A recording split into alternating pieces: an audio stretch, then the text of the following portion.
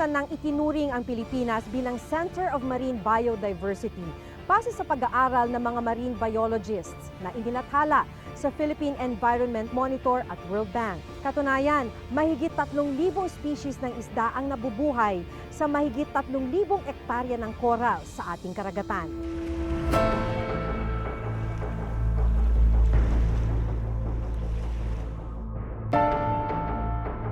Pero nakababahala sa kabila ng natatanging yaman ng ating mga karagatan ay tila patuloy naman ang pagkasira ng mga ito.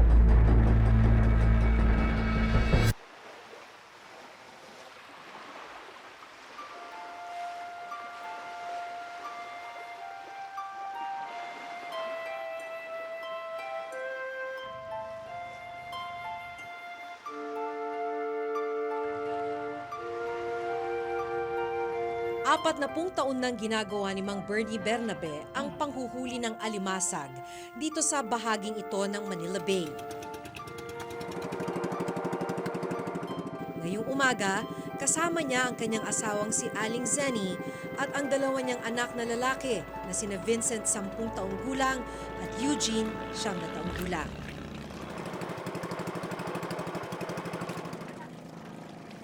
Pagtigil ng bangka, kaagad iniangat ni Eugene ang kanilang lambat at sinimulan itong hilahin. Silang dalawa ang panganay na lalaki sa 9 na magkakapatid. Kaya naman sila ang sumasama sa dagat para kumita ng pera. Pag wala po kaming ulam, magutom yung kapatid ko. Tapos dahil marami kami, pag gutom na gutom sila, hindi sila nakakain. Si Mang Bernie ang nagkokontrol sa bangka para manatili ito sa pwesto. Si Aling Zenny naman ang naglilimas ng mga tubig na napupunta sa bangka habang nagsasalita ng magkapatid sa paghila sa kanilang lambat. Naaawa. Kaya nga sabi ko sa kanila, pumili sila ng yung mag-aral o gugustuhin nilang maghanap buhay sa ganito, yung bangka. Sagot nila, okay lang daw pagka tutulong lang daw sila sa papa niya. Habang iniaangat ng magkapatid ang lambat, kapansin-pansing, hindi lang alimasag ang nakasabit dito. May mga basura ring nakukuha mula sa lambat. Karamihan sa mga basura ay mga plastik. Mahirap pong kumubra, mabigat yung lambat pag may basura. Pag lumalakas yung hangin tsaka yung bagyo, lumalakas yung alon, tinatangay pa yung mga dumi.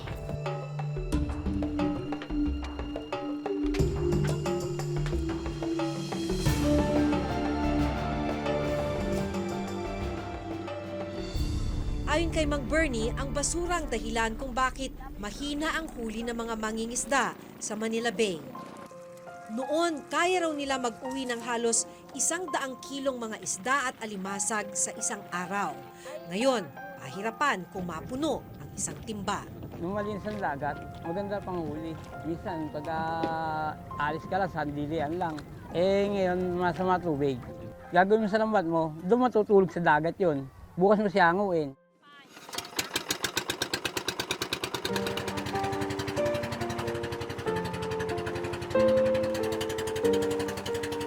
Pagdating sa Pampang, 4-5.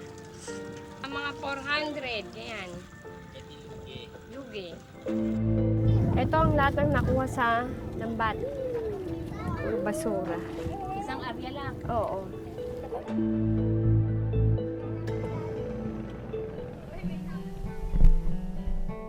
dahil kaunti lamang ang huli, nagpuntang pamilya sa mababang bahagi ng dagat para naman mangapa ng iba pang lamang dagat. Gamit ang maliit na net, sinasalop ni Mang Bernie ang buhangin sa ilalim ng dagat. Si Vincent at Eugene, mano-mano naman kung mangapa. Nahirapan po kasi papa ko eh. Sa dagat. Pag uwi niya, lagi siyang malungkot. Pag uwi niya kasi pagod siya.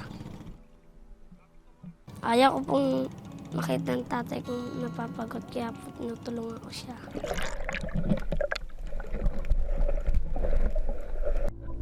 Pagkaangat ng net mula sa ilalim, basura at malaburak na lupa ang nakuha ni Mang Bernie. Pero sa gitna ng malaburak na putik na ito, nakakakuha ng kabya, isang uri ng shellfish. Mahal daw ito kung may bebenta. Pero dahil mas marami ang basura at putik, pahirapan ang paghahanap ng mga kabya ngayon. Bukod sa overfishing, basura ang isa pa sa itinuturing na dahilan ng mga mangingisda na katulad ni Mang Bernie, kaya kumonti na ang kanilang huli. Mula sa Himpapawid, makikitang halos matakpan na ng basura ang pampang ng Barangay Tanza, Navotas City kung nasan sila. Mga basurang hindi magtatagal ay mapupunta sa Manila Bay. Mula naman sa ilalim ng tubig, madilim at wala na halos makita dahil sa dumi ng tubig. Pero saan nga ba nanggagaling ang mga basura bago ito nakakarating sa ating karagatan?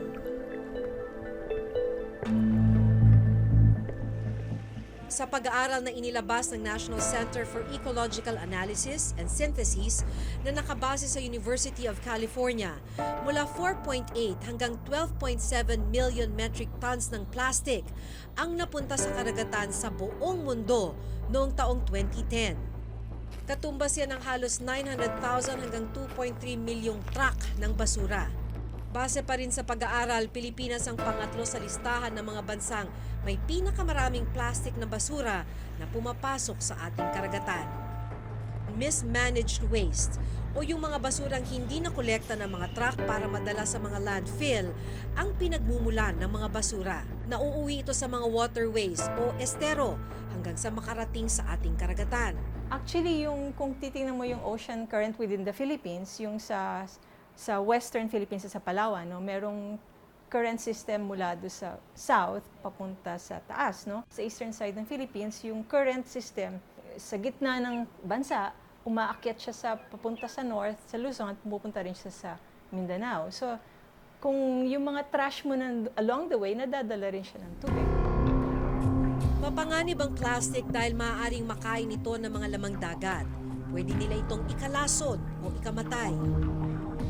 Dahil sa hindi nakokontrol na pagpasok ng basura sa dagat, pinangangambahang makakaapekto ito sa ating marine ecosystem. Ang Verde Island Passage na itinuturing ngayon na center of marine fish shore biodiversity sa mundo, inaabot na rin ng basura.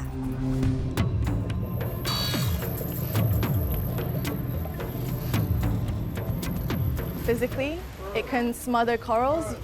Other marine life can get trapped in it.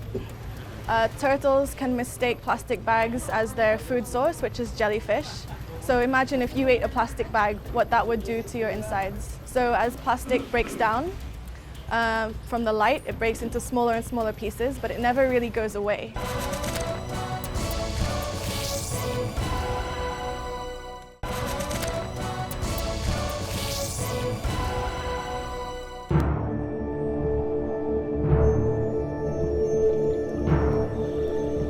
May mga marine biologists na naniniwalang dito sa Verde Island Passage matatagpuan ang center of marine shorefish biodiversity sa mundo. Aabot sa 1.14 million hectares ang passage na napapalibutan ng mga probinsya ng Batangas, Occidental at Oriental Mindoro, Romblon at Marinduque. Sa pag-aaral na ginawa ng mga American biologists sa Verde Island Passage yung taong 2005, nakapagtala ng 1,736 na marine species sa bawat 10 kilometro kwadrado, pinakamaraming naitala sa isang lugar. Tinalo nito ang Palau Bintan sa Indonesia na may hawak ng titulo bilang Center of the World's Coral Triangle. Pinuntahan namin ang ilang bahagi ng Verde Island Passage. Dagsa na rin ang mga turista na nagda-dive sa lugar. Bukod sa mga turista, abot sa 7 milyong mga residente ang naninirahan sa mga probinsyang nakapalibot sa passage. At kung may mga tao, tsak may basura. Ito rin ang itinuturong rason ng grupong The Reef World Foundation, isang non-government organization mula sa United Kingdom. Mula 2012, sumisisid na sila sa Verde Island Passage para pag-aralan at para na rin pulutin ang mga basura na nasa ilalim. Diapers, bote ng alak, mga lata at maraming uri ng mga produktong plastic ang nakukuha nila mula sa passage. Mga basurang may masamang epekto raw sa marine ecosystem. Physically, it can smother corals. Other marine life can get trapped in it. Turtles can mistake plastic bags as their food source, which is jellyfish. So as plastic breaks down from the light, it breaks into smaller and smaller pieces, but it never really goes away. Makulay at masagana pa rin hanggang ngayon ang buhay sa ilalim ng passage. Sa aming pagsisid, hindi ka maubusan na makikita, lalo na ng iba't ibang uri ng corals. At kung lalakbayin ang ilalim ng Verde Island Passage, ay sasalubungin ka ng libu-libong makukulay na maliliit at malalaking grupo ng isda. Marami rin kaming nakitang pawikan sa lugar. Malaga ang Verde Island Passage dahil ayon sa pag-aaral ng Conservation International, matatagpuan rito mga critically endangered species, kabilang na ang ilang uri ng pawikan. Verde Island Passage, which is right next to Puerto Galera, is one of the most biodiverse areas. It's important to protect it for the ecosystem services that it provides. Food security for the local communities, coastal protection. Katatapos lang ng high tide nang marating namin ang mismong Isla Verde. Sa dagat makikitaan na ng ilang mga basura katulad ng plastic. Sa Pampang naman, marami-rami ring basura na ayon sa mga residente ay madalas na rin mangyari kapag nagkakaroon ng high tide. Basura tulad ng mga tsinelas, bote, plastic bottles at styrofoam. Iba'y dala ng dagat, galing Mindoro, galing dyan sa ibang barangay. Dito po ang dagsa talaga sa amin. I think the trash is coming from a lot of different areas. Some of it will be coming from the local communities surrounding the Verde Island Passage, but I think there's a very distinct possibility that it's coming from bigger metropolises like Manila or Batangas City. Naniniwala ang The Reef World Foundation na kung hindi may sasaayos ang ating pagtatapon ng basura, mas magiging malala ang epekto nito sa ating marine ecosystem. At kung magpapatuloy ang problema sa basura, hindi malayong mas maraming basura pang makukuha mula sa ilalim ng Verde Island Passage. Sa taong 2025, inaasahang dodoble ang papasok sa dagat kung magpapatuloy ang maling paraan ng pagtatapon ng basura. Mas malaki ang tsansa na makasira sa yamang dagat katulad ng Verde Island Passage. Naglabas ng Executive Order 578 noong 2006 si dating Pangulong Gloria Macapagal Arroyo para magtalaga ng task force na poprotekta sa Verde Island Passage. Sinuportahan naman ng EO 578 ng ipasang Senate Bill 1898 noong 2013 para madeklarang Marine Protected Area and Ecological Tourism Zone ang passage. Pero hanggang ngayon, hindi pa rin ito naisa sa batas. I believe that we've got to improve our national and regional, provincial strategies for waste management. If we don't, then places like the Verde Island Passage will be subject to the negative effects of plastic pollution. Dapat lahat ng mga barangays mag-put up ng materials recovery facilities. Kung gumalaw lahat yung mga barangays na yon, then there will be significant reduction of waste na maaaring maanod. Halos isang oras nang nangunguha ng kabya ang pamilya Bernabe, pero konti pa lang ang kanilang nakukolekta sa animoy burak na ilalim ng dagat.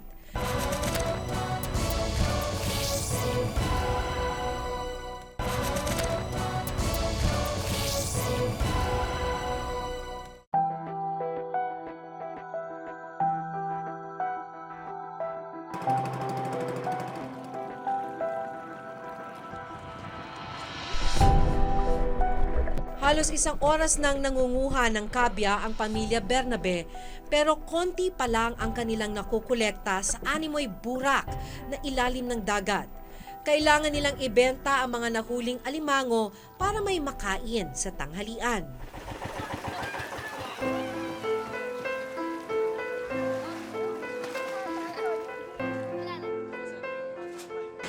magkano nyo nabenta? 321.